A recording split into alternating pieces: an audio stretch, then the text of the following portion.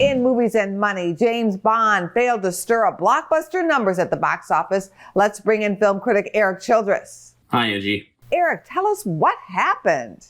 Gladly, Angie. Yes, there was some hope after last Thursday night when No Time to Die debuted to 6.3 million, the best ever preview for a James Bond film, that would reach levels in the 70 million range, which is where the last film, Spectre, came in.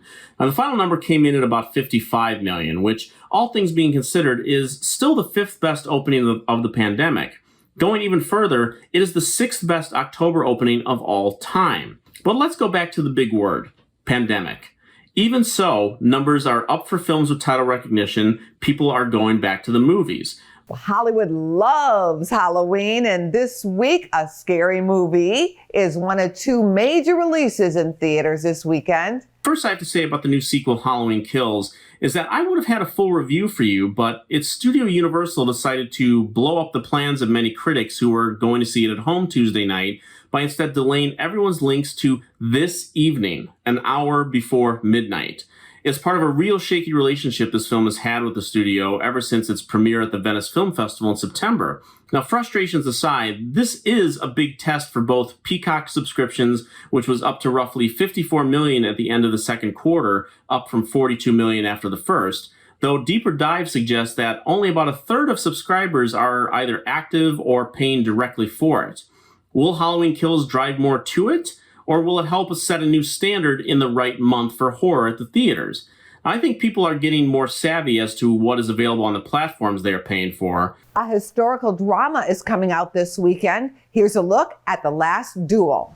This should be settled quietly. I'm innocent! I request a duel to the death. If you lose, your wife will suffer dire consequences. One of us has lied. Let us let God decide. Erik, do you think this film will open the doors to, say, an older demographic? Yes, The Last Duel hits theaters exclusively this weekend. It arrives with the timely premise, that of a woman's revelation that she was assaulted by a man not her husband, and the firestorm resulting from it. A big cast, including Matt Damon, Adam Driver, Ben Affleck, and Jodie Comer from Killing Eve, who is having quite a year between this and Free Guy. Big director in Ridley Scott, who also has House of Gucci coming out next month with Driver and Lady Gaga, and has had 7 $100 million films out of 15 released since 2000.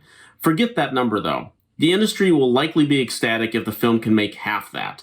50 million is a number that only 16 films have hit this year.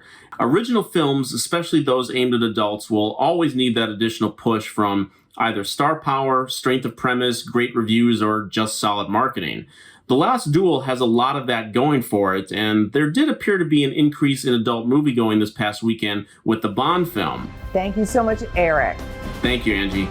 Go to businessfirstam.com for where to see our show on TV.